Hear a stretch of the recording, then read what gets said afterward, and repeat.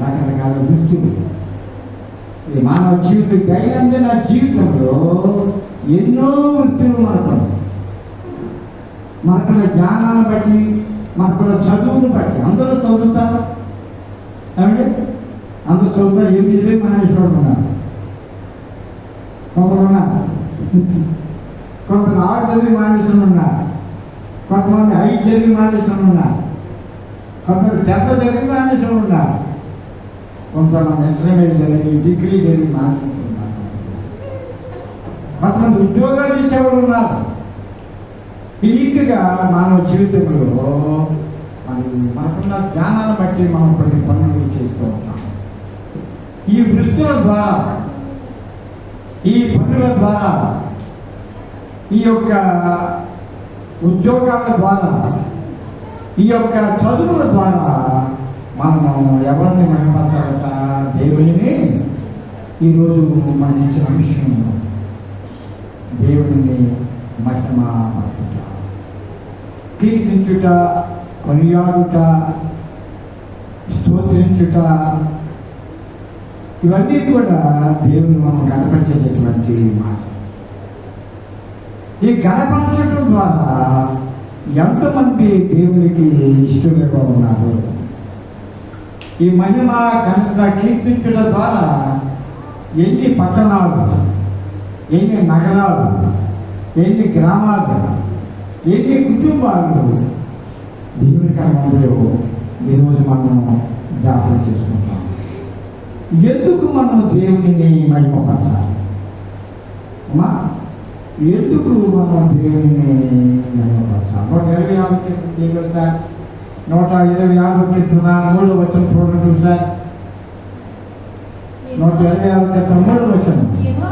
యెహోవా మన కొరకు చాలు చాలు చాలు. ఎందుకు మహిమపరచాలని దేవుని? యెహోవా మన కొరకు ఏం చేశాడండి? గొప్ప కార్యములను చేశాడు. ఏమిటా గొప్ప కార్యాలు? దిగువన ఉన్నటువంటి మనము కొంచెం ఎదుగుదల వచ్చేసాము. అది గొప్ప కార్యం. మన పూర్వీకులు ఉన్నటువంటి స్థితి నుండి మనల్ని దీవించి ఉన్నతమైనటువంటి గృహాలు కట్టుకోవడానికి ఆయన మన స్థితిని మార్చేశాడు. ఆయన అది గొప్ప కార్యం.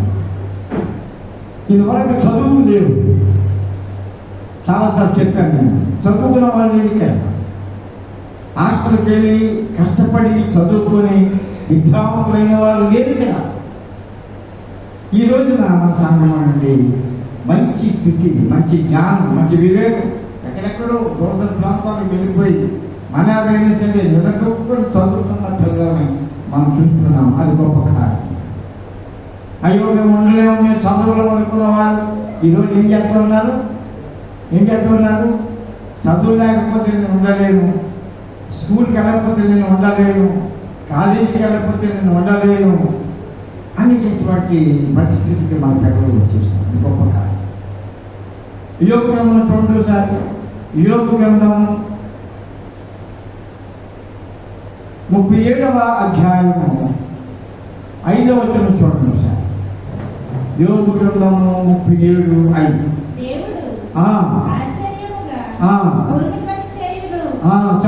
చాలు. ఏం చేస్తాడండి ఆయన?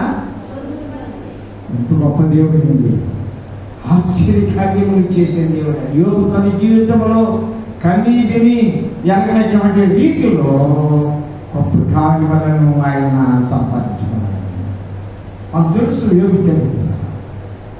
సంవత్సరాన్ని పోగొట్టుకున్నాడు, తిరిగి ఆయన ఎంతో సంపాదించాలని వెళ్ళే దారిలో ఆయన మొక్కుకున్నాడు, దేవుడిని కనపడించాడు. రాయి తీసుకుని తలగడ పెట్టుకుని ఏడ్చి ప్రార్థన చేశాడు. దేవుడు కనబడి ఆయన దీవించాడు. తిరిగి 15 సంవత్సరాలు అయిపోయిన తర్వాత తిరిగి ప్రేమలో భార్య, బిడ్డలను, గొర్రెలు, మేకలు ఎంతో ఆశ సంపాదించుకొని తన స్వదేశానికి వచ్చిన గొప్ప కార్యాలు చేసిన దేవుడే. మా అందరి విషయంలో కూడా మనం ఇప్పుడు కూడా మనం జ్ఞాపకం చేసుకోవాలి. మన మందిరం దిగువలో ఉన్నటువంటి మందిరాన్ని దేవుడు ఎత్తైనటువంటి మందిరముగా మనం చేస్తున్నాం. ఇది గొప్ప కార్యం, గొప్ప కార్యాన్ని. అందుచేత దావీదు మర్చిపోలేదు తన జీవితంలో, యోబు మర్చిపోలేదు తన జీవితంలో. గొప్ప కార్యాలు చేసినటువంటి ఆ దేవుడిని మనం నిరంతరము కూడా మహిమతో, కీర్తనలతో, ఘనతతో, స్తోత్రాలతో స్తుతించి మహిమపరిచేటటువంటి బాధ్యత మన మీద దేవుడు ఏర్పాటు చేశాడు. రాజులు కూడా దేవుని మహిమపరిచారు. దైవగ్రంథంలో రాజులు దానియేలు గ్రంథం చూడండి సార్. దానియేలు గ్రంథం 3వ అధ్యాయం చూడండి సార్.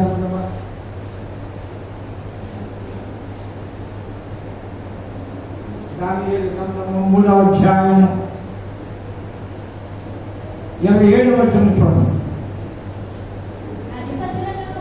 అధిపతులను, సేనాధిపతులను, సంస్థానాధిపతులను, రాజు యొక్క ప్రధాన మంత్రులను కూడి వచ్చి ఆ మనుషులను పరీక్షించి వారి శరీరములకు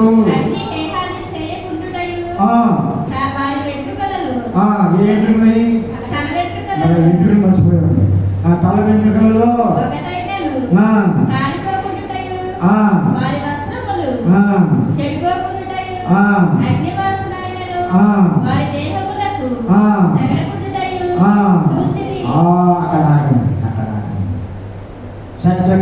అగ్నిగోళను ఏం చేశారండి?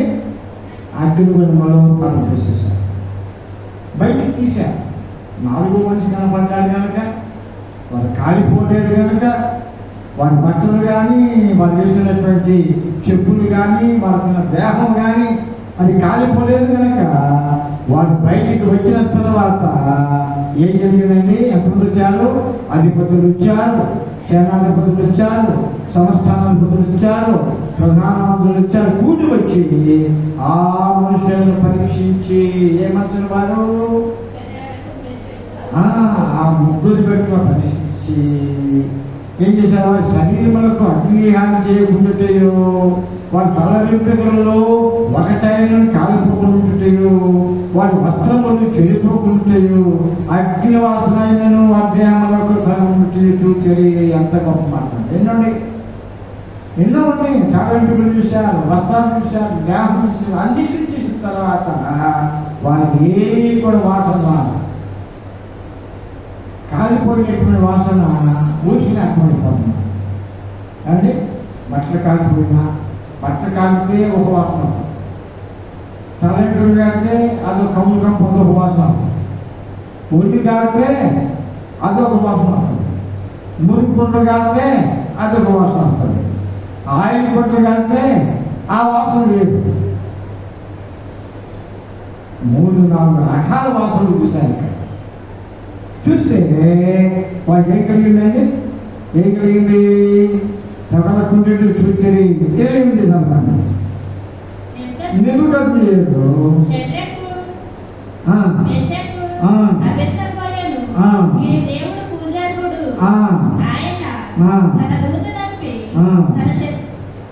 ఆశ్రయించిన చాలు చాలు చాలు, ఎంత గొప్ప అనుకోండి. రాజుగారు ఏం చేస్తున్నాడని ఏమంటాడండి? వీరి దేవుడు పూజార్హుడు. అంతకుముందు ఏం చేశాడండి? ఆ నిలబెట్టినటువంటి విగ్రహానికి నమస్కారం చేయకపోవటం వలన, పూజ చేయకపోవటం వలన, ఆరాధించకపోవటం వలన, నైవేద్యం పెట్టకపోవటం వలన ఆ శాసనాన్ని ప్రకటించారు కనుక, మీరు దాన్ని అమలు చేయలేదు కనుక, మా మాట ఎక్కడ పోయింది కనుక నేను ఏం చేస్తానండి? అగ్ని కుండంలో పాడవేశాను. నాకు కూడా మా చింత లేదయ్యా రాగా అన్న. ఆ రాజుగారి పేరేంటి? నెబుకద్నెజరు. బబులోను రాజ్యాన్ని పరిపాలిస్తున్నటువంటి చక్రవర్తి నెబుకద్నెజరు. ఆయన మాట తిరుగులేదు, ఎవరో కూడా ఎదురు చెప్పడానికి వీలు లేదు. కానీ మీరు అక్కడ ఎదురు తిరిగి చెప్పినప్పుడు, అగ్ని గుణములు పడివేసినప్పుడు, ముగ్గురితో పాటు కలిసి తిరుగుతున్నారు. ఏంటని ఆశ్చర్యప్పుడు బయటకు తిరిగినప్పుడు ఏమాత్రం కూడా వాడికి వాసన రాదు. అప్పుడు అంటున్నాడు 8వ వచనంలో ఇనుము గ్రహించాను చక్కటి మిషక పెద్దగా ఈ దేవుడు పుణ్యాత్ముడు. అప్పుడు దేవుడని రాజుగారు ఏం చేస్తా ఉన్నాడండి, మహిమపరుస్తూ ఉన్నాడు. ఆయన మీ దేవుడు, మీ నమ్మని దేవుడు పూజకు అర్హుడు. అసలు ముందు దేనికి పూజ చేయమన్నాడు? విగ్రహానికి పూజ చేయమన్నాడు, విగ్రహానికి నమస్కారం పెట్టమన్నాడు, విగ్రహానికి నైవేద్యం పెట్టమన్నాడు, ఆ విగ్రహానికి సాగిలపడమన్నాడు రాజు. అంటున్నాడు వీరి దేవుడు గొప్పవాడు. చదవండి. ఆయన తన దూతను పంపి తన ఆశ్రయించిన దాసులను రక్షించాను. దేవుడికి కాక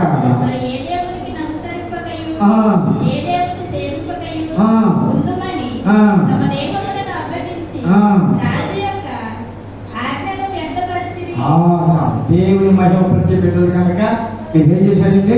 తమ దేహములను అప్పగించారు. దేనికి అప్పగించారండి? దేనికి అప్పగించారు? అగ్నికి అప్పగించారు. అగ్ని గుండానికి అప్పగించారు. దేవుని బిడ్డారు. ఎంత గొప్ప మాట!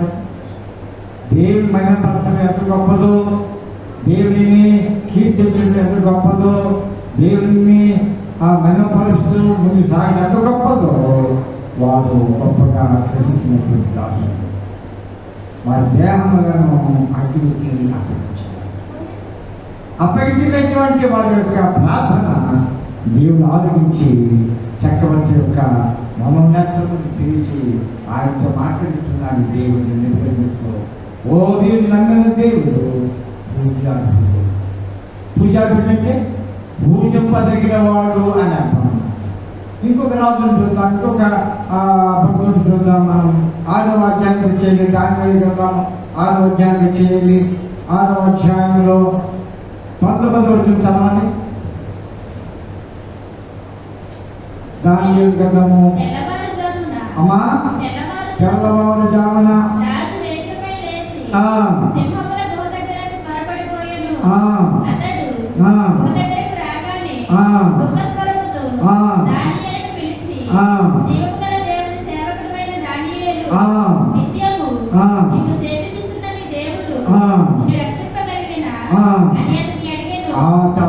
చాలు. దానియేలు ఎవడండి? ఏమన్నాడు? జీవముల దేవుని సేవకుడు దానియేలు దేవుడిని కనపరుస్తూ ఉన్నాడు. ఈయన ఒక రాజు నెబుకద్నెజరు అడిగినా బెల్షస్సరు వెళ్ళిపోయాడు. ఆ కుమారుడు అనేటువంటి దర్యావేషు కాలంలో జరిగింది. దర్యావేషు కాలంలో ఈయన ఆజ్ఞ ఏర్పాటు చేశాడు. ఆయన ఏర్పాటు చేసిన ఆజ్ఞ ఏంటంటే నాకే మీరు నమస్కారం చేయాలి. నెబుకద్నెజరు ఏం చేశాడు? విగ్రహాన్ని పెట్టి ఆ విగ్రహాన్ని నమస్కారం చేయమన్నాడు. ఈయన ఏం చేస్తున్నాడు? నేనే దేవుణ్ణి, నాకు మీరు నమస్కారం చేయాలి. నాకు నమస్కారం ఇన్ని రోజుల దాకా, నెల రోజుల దాకా ఎవరు కూడా ఏ దేవుణ్ణి ప్రార్థన చేయకూడదు. దాని ఏంటంటే కిట్టనటువంటి వారు వెళ్ళి రాజు దగ్గర శాసనాన్ని తయారు చేయించి ఎవడైనా సరే ఏ దేవుడినైనా పూజ చేస్తే వెంటనే వాడు తీసుకొచ్చి పనిష్మెంట్ ఏంటంటే పనిష్మెంట్ ఏంటండి? సింహాల భూమిలో పడేది. శత్రుక మిషక పెద్దలు ఏం చేశారు? అగ్నిగుణంలో పడేశారు. దాన్ని ఎగబడుతున్నారు. సింహాల గొప్పలో పడవేస్తుంటే చూస్తూ ఉన్నా. గిట్టన వాళ్ళు రాజుగారు చెప్పారు, అయ్యా మీరు నెల రోజుల దాకా ఏ దేవుడిని దేవతను పూజ చేయకూడదు మీరు చెప్పారు కదా, మిమ్మల్ని పూజ చేయమని చెప్పారు కదా. మన రాజ్యములు, మన సంస్థానములు దానియేలు మీరు ఉన్నారు. వాడు రోజుకి 3 మార్లు ప్రార్థన చేస్తున్నాడు. ఆ సంగతి ఏంటన్నాడు? అని ఏం చేద్దాం? మీ మాట లెక్కలేదు, సంఘం మాట లెక్కలేదు, శాసనం మాట లెక్కలేదు. ఏం చేద్దాం అన్నప్పుడు ఆ రాజు గారు తీసుకొచ్చి సింహాసనంలో పడేద్దాం అని అంటాడు అనుకున్నాడు రాజు. అలా ఎగిలో అన్నాడు సింహాసనంలో పడేమా. ఆ 19వ వచనం చూడండి సార్. 18వ వచనం చూడండి. అంతటా రాజు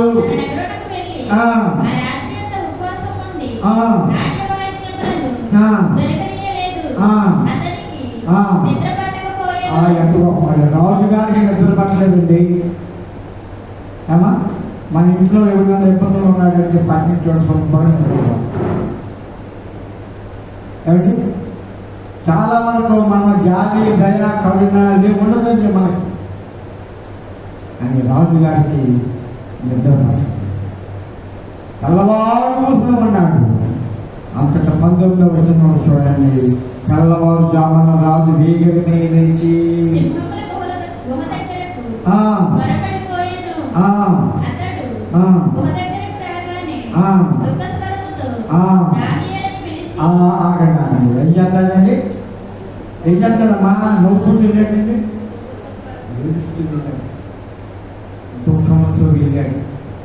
తెల్లవారు నిద్రపోలేదు. ఎప్పుడు తెల్లారుద్దా అనుకుంటూ తెల్లారిపోయింది. వెంటనే పరుగులాగా వెళ్ళిపోయి వేగేమంటే పరుగుని వెళ్ళటం అన్నమాట. వెళ్ళి ఆ గుహ దగ్గర ఉండి ఏమన్నాడు? దానితో దుఃఖంతో దాన్ని పిలిచి, జీవుల దేవుని సేవకుడు దానియేలు, నిత్యము దేవుని సేవించునని దేవుడు నిన్ను రక్షపగలిగిన అతన్ని కలిగిన నీ దేవుడు నిన్ను రక్షించాడయ్యా. కారణం ఏంటంటే నీవు నమ్మని దేవుడు ఎటువంటి దేవుడు అంటే జీవుడు నిన్నవాడు.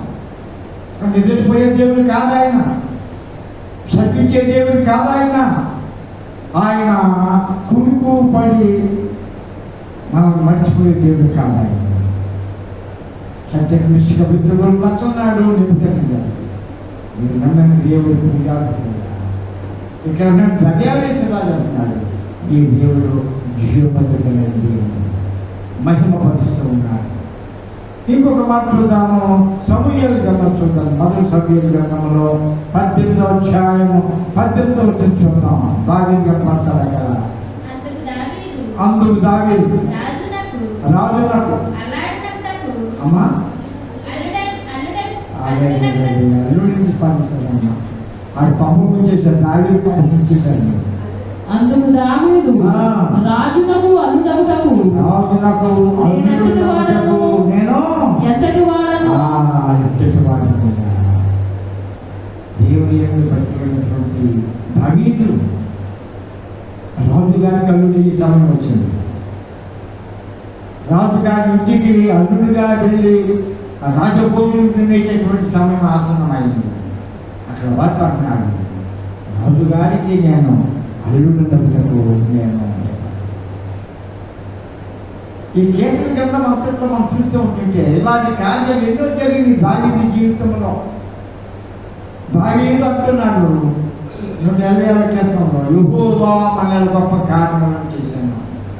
ఇక్కడ రాజుగారి అల్లుడవుతానికి దేవుడు దావీదుకి ఎంతో గొప్ప కారణం చేశాడు. ఇంకొక మాట్లాడుతాము 2వ సమూయేలు గ్రంథం 7వ అధ్యాయం 19వ వచనం చూడండి. 2వ సమూయేలు గ్రంథం 7:18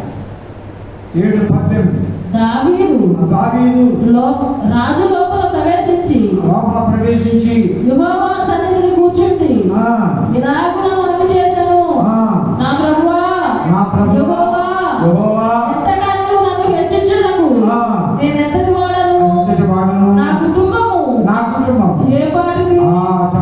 చాలు మైపరిస్తున్నాడు దేవుని. దాన్ని అక్కడ మొదటి సమయం 18 రాజుగారి అల్లుడు నేనే పడిపోవాలని అంటున్నాడు. అక్కడ ఇక్కడ అంటున్నాడు, త్వరగా నేను హెచ్చించడానికి అంటే రాజు అయిపోయాడు. సంస్థానాధిపతులు, సైన్యాధిపతులు, ధనాగారాలు, ధాన్యగారాలు ఎన్నెన్నో ఆయన చేతుల్లో ఉన్నాయి. ఎంతోమంది సైనికులు ఉన్నారు. ఒకప్పుడు ఆయన కూడా సైనికుడు పనిచేశారు. కానీ తన భక్తి విశ్వాసాల వలన దేవునికి మహిమ చెల్లించటం వలన ఆయన 20 ఏళ్ళు రాజు. ఆయన పనికి ఏం చేసేవాడు? దావీదమ్మా గొర్రెలు కాసుకునేవాడు, ఎండిపోయేవాడు, వానకు తడిచిపోయేవాడు, చలికి వెగదీసిపోయేవాడు. సమయానికి అన్నం ఉండేది కాదు, సమయానికి దాహం ఉండేది కాదు, సమయానికి ఆయనకి ఎన్నో ఇబ్బందులు వచ్చి పడేవి. అన్నిటిలో నుండి దేవుడు ఆయన తప్పించి రక్షించాడు కనుక ఆయన మందిరంలో ప్రవేశించాలన్నాడు. యెహోవా దేవా ప్రభువా, ఇంతగా హెచ్చించబడటానికి నేను ఏమన్నా ఏ పాటి వాడు? నా కుటుంబము తర్వాత నా కుటుంబం ఏ పాటి? నా కుటుంబం ఏ పాటగా? నా కుటుంబము దేవుని కనపరిచినటువంటి వాడు, దేవుడు కనపరిచినటువంటి వాడు నిపుణుడు, దేవుని శక్తిని ఎరిగి మహిమపరిచేటువంటి వాడు దర్యావేశు, దేవుని శక్తి ఎరిగేటువంటి వాడు దావీదు. ఇంకొక ఆయన చూద్దాం మనం.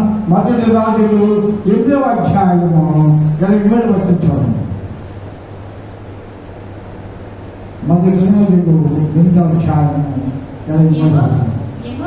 యెహోవా ఇశ్రాయేలు దేవా, పైనున్న ఆకాశమందైనను క్రిందనున్న భూమి యందైనను నీ వంటి దేవుడెవడనూ లేడు.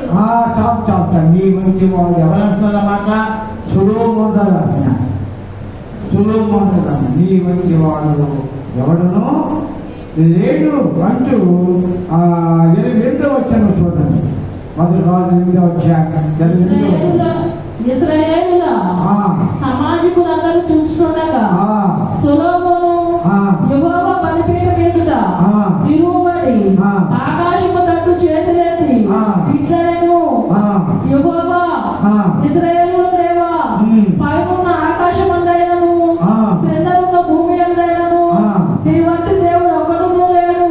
పూర్ణ మనసుతో నీ దృష్టికి అనుకూలంగా నడుచుకొను, నీ దాసుని విషయమై నీ నిబంధనను నెరవేర్చుచు కనికరము చూపుచు ఉండువాడు అయి ఉన్నావు. నీ దాసుడైన నా తండ్రి దావీదునకు నీవు చూపిన వాగ్దానమును స్థిరపరిచి. 8వ వచనమేనా? అవునండి. మొదటి రాజులు 8:28. అది వెళ్ళిపోయి అక్కడికి వచ్చాము. అయినాను యెహోవా నా దేవా, నీ దాసుడనైన ఆ నా ప్రార్థనను విన్నపము అంగీకరించి ఈ దినమున నీ దాసుడనైన నేను చేయు ప్రార్థనను పెట్టుకొనను ఆలకించుము. నీ దాసుడనైన నేను చేయు ప్రార్థనను దయతో అంగీకరించినట్లు నా నామము అక్కడ ఉండునని ఏ స్థలమును గురించి నీవు సెలవిచ్చెదవో ఆ స్థలమైన ఈ మందిరము తట్టు నీ నేత్రములు రేగిపగలు తెరవబడి ఉండునుగాక.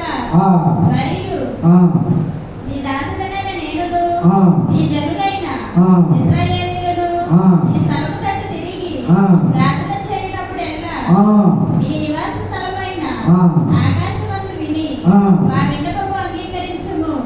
విన్నప్పుడెల్లా మమ్మల్ని క్షమించుము.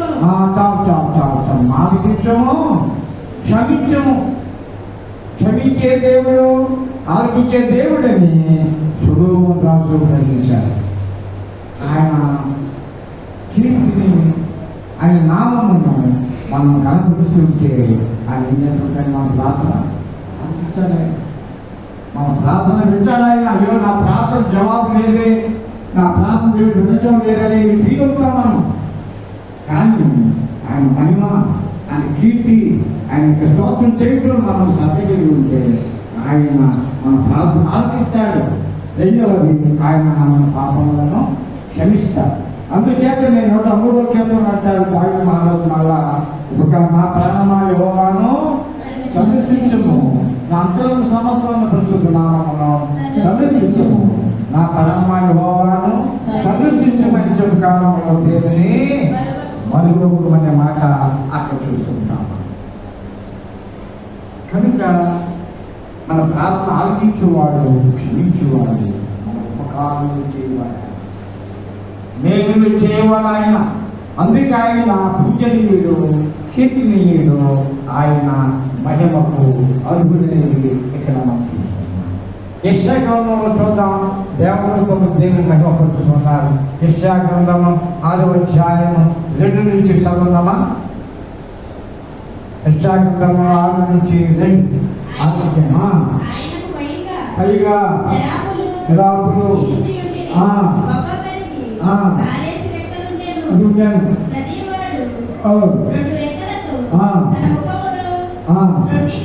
ఆ. తన కాళ్ళను ఆ. కప్పుకొనుచు ఆ.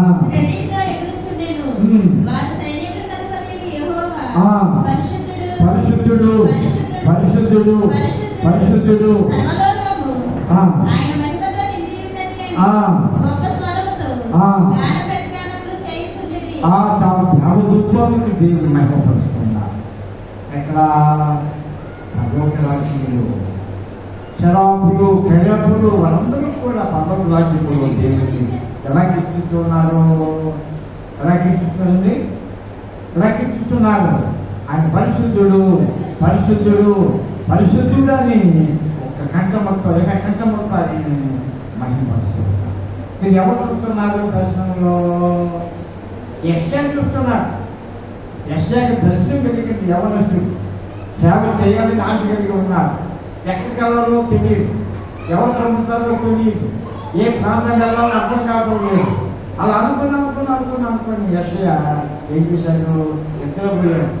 నిద్రపోయినప్పటికీ పరలోక రాజ్యం అంతా కనిపిస్తూ ఉంది. అక్కడ పరలోక రాజ్యములు శరాపులు మహాదూతలు మామూలు దూతలు అందరూ కూడా పరిశుద్ధుడు పరిశుద్ధుడు పరిశుద్ధుడు అని వారు కీర్తించి కొనియాడుతూ ఉన్నారు. దేవుని మహిమపరుస్తున్నారు. వారు ఎన్నేసి రెక్కలు ఉన్నాయి? ఒక్క దేవతకి 6 రెక్కలు ఉన్నాయి. 6 రెక్కలతో వాళ్ళు ఏం చేస్తూ ఉన్నారు? కాళ్ళు కప్పుకున్నారు. 2 రెక్కలతో కాళ్ళు కప్పుకున్నారు. 2 రెక్కలతో మొహం కప్పుకున్నారు. 2 రెక్కలతో ఎగురుతూ ఉన్నారు. పరలోక రాజ్యం ఇదంతా కూడా ఎవరు చూస్తున్నారు? దర్శనంలో యెషయా భక్తుడు చూస్తున్నారు. 5వ వచనం చదవండి. నేను అయ్యో అయ్యో నేను అపవిత్రమైన పెదవులు గలవాడను. ఆ. అపవిత్రమైన పెదవులు గల ఆ. జనుల మధ్యన నివసించువాడను. ఆ. నేను నశించితిని. ఆ. రాజును ఆ. సైన్యములకు అధిపతియగు ఆ. యెహోవాను ఆ. నేను కన్నులారా చూచిననుకొంటిని. ఆ. అప్పుడు ఆ శరాపులలో ఒకడు ఆ. తాను ఆ. బలిపీఠం మీద నుండి ఆ. కారుతో తీసిన నిప్పును ఆ. చేతబట్టుకొని ఉమ్. నా యొద్దకు ఎగిరి వచ్చి ఆ. నా నోటికి దాన్ని తగిలించి ఇది ఆ. నీ పెదవులకు తగిలిన కనుక ఆ. నీ పాపమునకు ఆ. ప్రాయశ్చిత్తమాయెను. ఆ. నీ దోషము ఆ. తొలగిపోయెను అని చెప్పారు. అయిపోదా? అప్పుడు ఆ. నేను ఎవరిని పంపెదను? ఆ. మా నిమిత్తము ఆ. ఎవడు పోవునని ఆ. ప్రభువు సెలవీయగా వింటిని. ఆ. అంతటా నేను చిత్తగించుము. నేనున్నాను. నన్ను పంపుమనగా పంపుము. దేవుని సేవ కొరకు యెషయా అప్పుడు నిర్ణయం చేయబడ్డాడు. దర్శనం చూశాడు.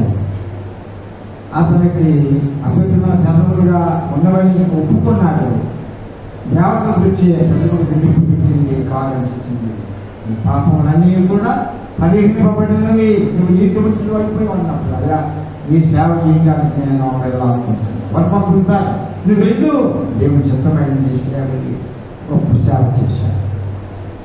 దేవుని సేవ చేయడానికి దేవుని మహిమపరిచేటటువంటి పెదవులు అవసరం. దేవుని సేవ చేయాలంటే అందరికీ దొరకదండి. అది చిన్న సేవ కానివ్వండి, పెద్ద సేవ కానివ్వండి, ఆర్డినరీ సేవ కానివ్వండి, లేదా పర్మినెంట్ సేవ కానీ ఏదైనా సరే అది దేవుడికి మహిమ కలగాలంటే ఆయన ఏర్పాటు చేసుకుంటున్నాడు. యెషయాను దేవుడు అక్కడ ఏర్పాటు చేసుకున్నాడు. కనుక దేవుడిని మహిమపరపచేటటువంటిది గొప్పవాడు. అనగానే ప్రార్థన చేసుకుని పాటలు పాడుతాం. ఈ వెంటనే బైబిల్ చదివి ప్రసంగం చేయొచ్చు కదా, ప్రసంగం చేసి ముగించేసి సందాయి చెప్పుకోవచ్చు కదా. పాటలు దిగుతే దేవుని కొనియాడట, దేవుని కీర్తించుటాను, దేవునికి స్తోత్రము చెల్లించటాను, దేవుని పూజ చేసుకుని ఆరాధించుకోవటానికి, దేవుని మహిమపరచడానికి మనం పాట పాడాలి. అది దేవునికి మహిమ, అది మనకు ఆశీర్వాదం. సిద్ధపడి రావాలి. బైబిల్ పాఠాలు కూడా సిద్ధపడాలి. తప్పులు చేస్తాను, పేరుకు తప్పులు చదువుతున్నా, లైన్గా రావట్లేదు. మీకు ఆ చీటీ ఇచ్చినప్పుడు కొంచెం చదువుకుంటే ఏమవుతుంటే కొంచెం లైన్ బాగుంటుంది, అర్థం అవుతుంది. ఆ సెంటెన్సెస్ మనకు అర్థం అవుతుంది. ఆ పేరు తప్పులు, రైట్ తప్పులు, వాస్తవానికి కొత్త ప్రతిష్టంలో చాలా పోయింది. ఆ చదివి చాలా మనం చదవాల్సి వచ్చింది. రైట్ తప్పు పోతుంది. కారణం ఏంటంటే అది శబ్దపోటు లేదు. మీ చేతికి పాఠాలు అపరించబడినప్పుడు ఒకసారి చదువుకో, 1 2 3 సార్లు చదువుకో. ఆ చదివినప్పుడు ఇక్కడ నిజం తప్పులు రావు. అది క్లియర్గా ఉందనుకోండి, ఆ దేవుడికి మరి. ఆ తప్పులు వచ్చిందనుకోండి, ఆ దేవుడికి అవమానం. అది మనం గ్రహించట్లే. అందుచేత మహిమ, ఘనత, కీర్తి అనేటటువంటి దేవుడు నోటిని చాలా. అందుచేత గుళ్ళోకి వచ్చినప్పుడు మనం ఏం చేస్తూ ఉంటామంటే పాటలు పాడుతూ ఉంటాం. ఘనంగా మాకు ఇచ్చిన పాట, నీకు ఇచ్చిన పాట, మనందరూ ఇచ్చిన పాట దేవుడు మనం మహిమపరుస్తుంటాం. ఆ దేవునికి గుర్తు అంటే మన సంఘానికి ఆశీర్వాదం, మన కుటుంబాలకు ఆశీర్వాదం. మొదటి పాఠంలో చదివాం. ఒక ఆయన మనము మొదటి పాఠం నిర్గమ కాండము 31వ అధ్యాయము 5వ వచనం చూడండి. ఒక ఆయన కనపడతారు మనకి. ఆ బెసలేని మాట అనలేకపోయారు. మనం ఎవరు పేరు పెట్టారు అక్కడ? అమ్మా, బెసలేని పేరు కాకుండా ఇంకో పేరు పెట్టారు ఆయన. ఏం చదివారండి? బెసలేని. ఆయనకి కొన్ని వరాలు ఉన్నాయి, ముగించేసుకుందాం. ఆ బెసలేని ఆయనకి కొన్ని వరాలు చదవండి సార్. 5వ వచనం చదవండి. విచిత్రమైన పనులను విచిత్రమైన చేయుటకును, బంగారుతోను, వెండితోను, ఇత్తడితోను పని చేయుటకును, పొదుగుటకై రత్నములను సానబెట్టుటకును, కర్రలు కోసి చెక్కుటకును, సమస్త విధములైన పనులను చేయుటకును, జ్ఞాన విద్య, వివేకములను, సమస్తమైన పనుల నేర్పును వారికి కలుగునట్లు వారిని దేవుని ఆత్మ పూర్ణునిగా పూర్ణుడిగా చేసి ఉన్నాను. చాలు. ఎవరన్నాయి మాటలో? యెహోవా దేవుడు ఎవరితో చెప్తున్నాడు? మోషేకి చెప్తున్నాడు. మోషే ఏమంటున్నాడు?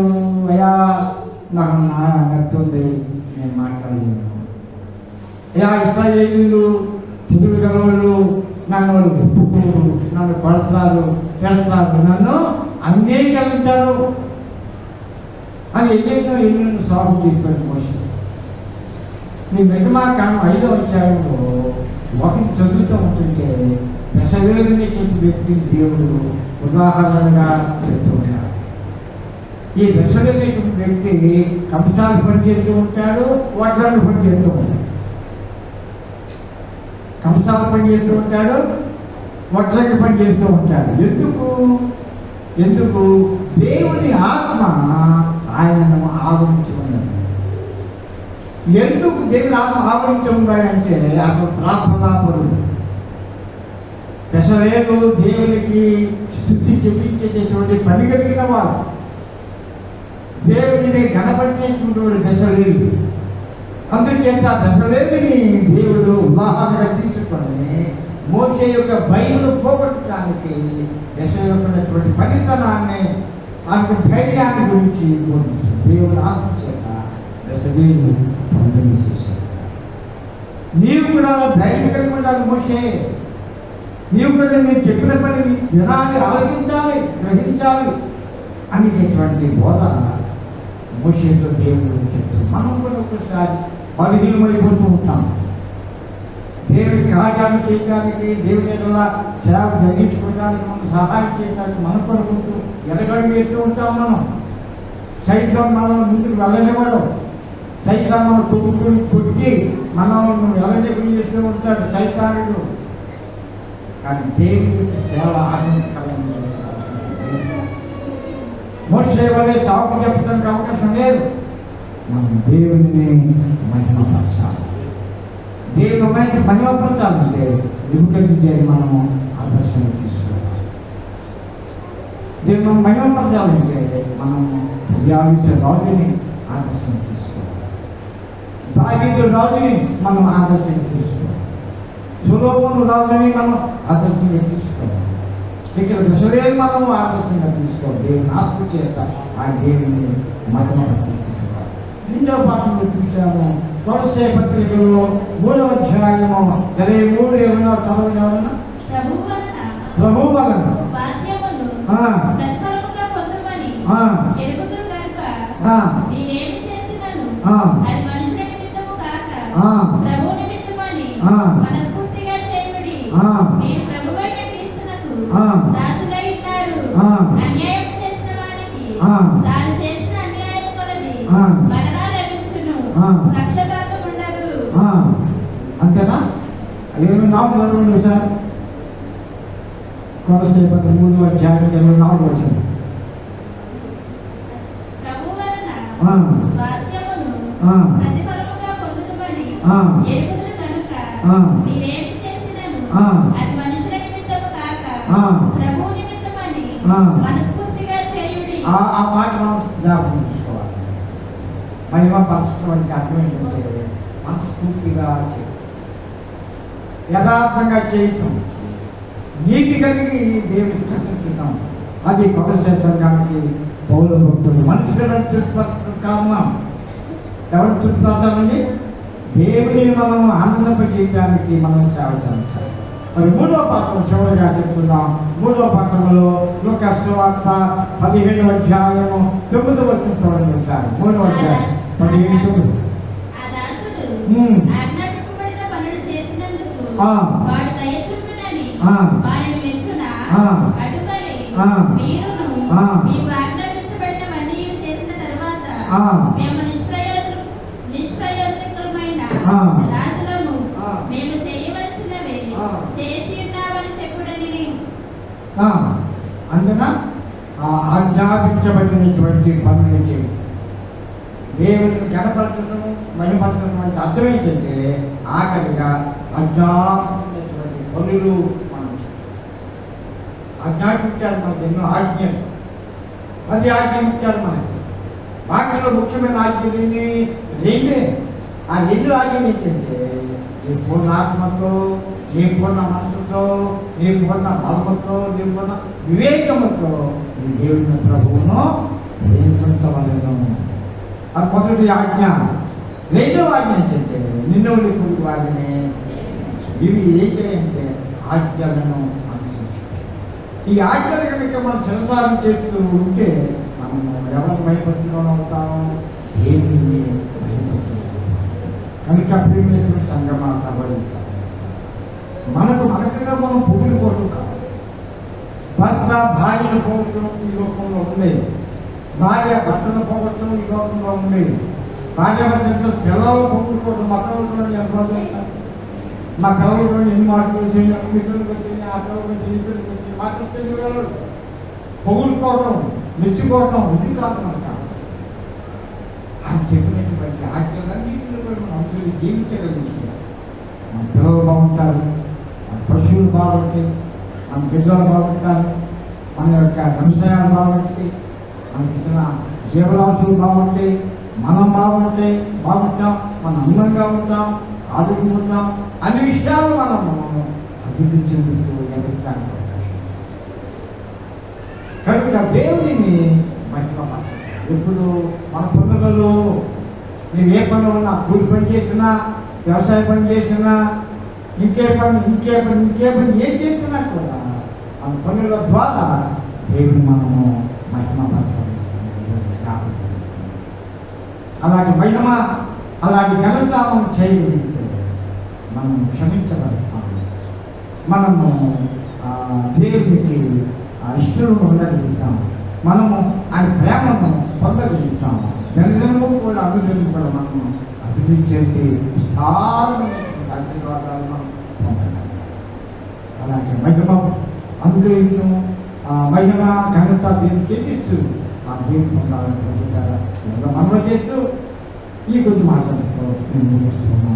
దేవుని కొద్ది మాట్లాడడం దేవునికి ప్రార్థిస్తున్నాను. మమ్మల్ని మిత్రులుగా ప్రేమించిన మా పదవి తండ్రి